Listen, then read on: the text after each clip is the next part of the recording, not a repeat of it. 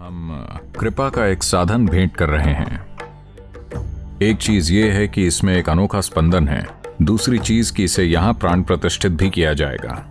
तो यह आपके जीवन में एक शक्तिशाली साधन होगा आदि योगी की कृपा पाने के लिए, ताकि आप शिव के आंसुओं में, परमानंद के आंसुओं में भीग सकें।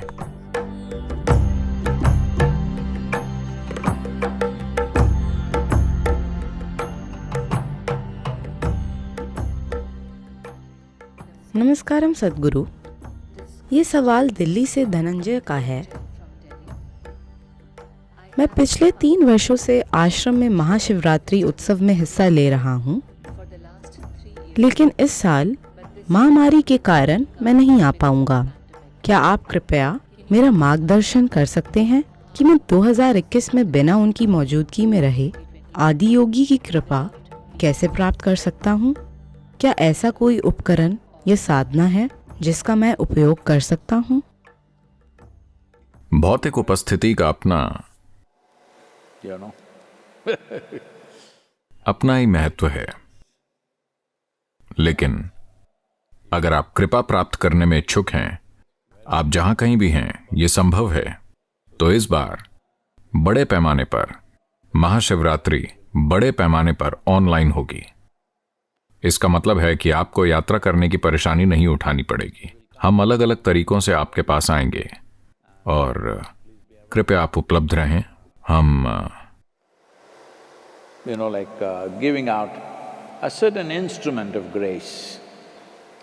This is a certain consecrated Rudraksh bead. हम कृपा का एक साधन भेंट कर रहे हैं। ये एक तरह का प्राण प्रतिष्ठित रुद्राक्ष है। कहानियां बताती हैं कि रुद्राक्ष वास्तव में शिव के आंसू हैं। तो शिव बहुत लंबे समय तक एक ध्यान की अवस्था में बैठे थे। सभी को लगा कि वो मर चुके हैं, क्योंकि वो पूरी तरह से स्थिर थे। ऐसा लग रहा था कि सांस नहीं चल रही है, कुछ भी नहीं चल रहा। पर रुक रुक कर परमानंद के आंसू उनकी आंखों से टपक रहे थे। वही जीवन का इकलौता संकेत था जो उन्होंने दिखाया कि उनके भीतर परमानंद की ऐसी स्थिति थी जिसे वो रोक नहीं पा रहे थे, जिसने उन्हें बिल्कुल स्थिर कर दिया था। साथ ही कभी कभी परमानंद के आंसू टपक रहे थे। ये आंसू की बूंदें ग्रह पर या जमीन पर या धरती पर गिरीं और रुद्राक्ष बन गईं। रुद्र के अक्ष का मतलब यही है, ये शिव के आंसू हैं। इसके कई पहलू हैं। एक चीज ये है कि इसमें एक अनोखा स्पंदन है, दूसरी चीज ये है कि इसे यहां प्राण प्रतिष्ठित किया जाएगा तो ये कृपा का एक साधन बन जाएगा। लेकिन ये एक तरह का प्रतीक भी है। रुद्राक्ष पहनने का कारण यह है कि तपस्वी हमेशा रुद्राक्ष इसलिए पहनते थे क्योंकि धरती के सभी प्राणी में से वायरस से लेकर बैक्टीरिया तक सभी जीवाणु, कीड़े, पौधे, पेड़, पक्षी, जानवर, कोई भी सचेतन रूप से ये तय नहीं करते कि प्रजनन करना है या नहीं। ये बस हो जाता है। अगर कोई बीज गिरता है तो एक और पौधा उग जाता है, वो एक दूसरा पेड़ बन जाता है। तो कोई भी प्राणी ये तय नहीं कर पाता कि प्रजनन करना है या नहीं। इकलौता जीव जिसमें यह शक्ति है कि सचेतन रूप से बीज को रोक कर रखें और प्रजनन ना करें, वो मनुष्य है। मैं कह रहा हूं कि यह संभव है। सभी मनुष्य ऐसा करने में सक्षम हैं या नहीं, ये अलग बात है, क्योंकि विकास की प्रक्रिया एक धीमी प्रक्रिया है। ऐसा नहीं है कि यह बस एक दिन में हो जाता है। कुछ लोगों में यह अभी भी हो रहा है। तो रुद्राक्ष का मन का इसी बात का प्रतीक है।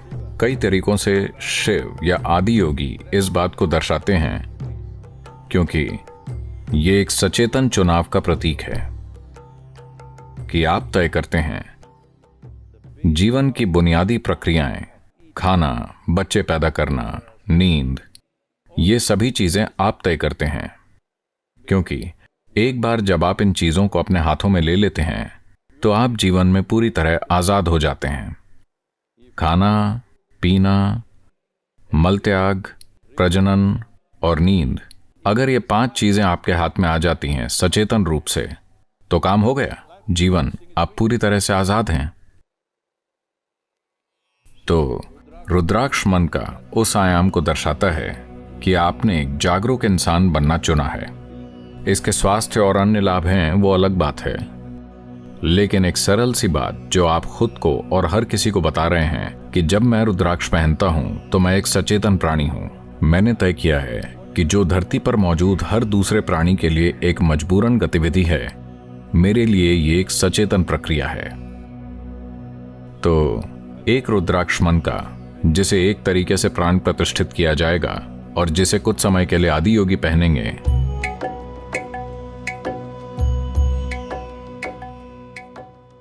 शायद हम कुछ लाख रुद्राक्ष मुफ्त में भेंट करेंगे। इसमें हमारा काफी खर्च होने वाला है, खास करके साल 2020 अभी अभी गुजरा है, फाउंडेशन की आमदनी नहीं हुई है, पर हम ऐसा करने के लिए प्रतिबद्ध हैं, या हम इसे अपनी मर्जी से दान करें की तरह रखेंगे। अगर लोग चाहें तो वो दान कर सकते हैं, वरना वो इसे ऐसे ही ले सकते हैं, क्योंकि हम आध्यात्मिक पहलुओं को पैसे से नहीं जोड़ना चाहते। पैसा दूसरे कामों के लिए है, इमारतों के निर्माण के लिए, आपको रोशनी उपलब्ध कराने के लिए, ध्वनि उपलब्ध कराने के लिए, आपको ये सब उपलब्ध कराने के लिए पैसा जरूरी है। आध्यात्मिक प्रक्रिया, वो मुझे भी कुछ नहीं दे रहे हैं, क्या आप ये जानते हैं? कोई बात नहीं, क्योंकि मैंने अपने जीवन में कोई फायदा नहीं लेने का फैसला किया है।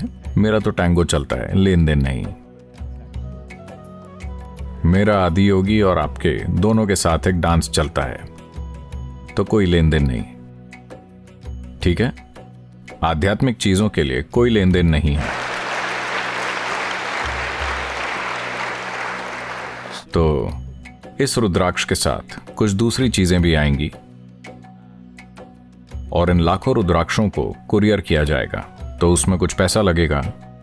तो जब आप रुद्राक्ष के लिए रजिस्टर करते हैं तो आप जितना चाहें उतना दान कर सकते हैं, ठीक है? आप अपने लिए दान कर सकते हैं, या अगर आप चाहें तो और 100 लोग ये रुद्राक्ष प्राप्त करें तो आप उनके लिए भी दान कर सकते हैं, तो ये आपके लिए उपलब्ध होगा। कृपया इस रुद्राक्ष का लाभ उठाएं, यह आपके जीवन में एक शक्तिशाली साधन होगा ताकि आप आदि योगी की कृपा पा सकें। So this is an opportunity, this Mahashivratri, for you to soak in the tears of Shiva, tears of ecstasy, not of misery.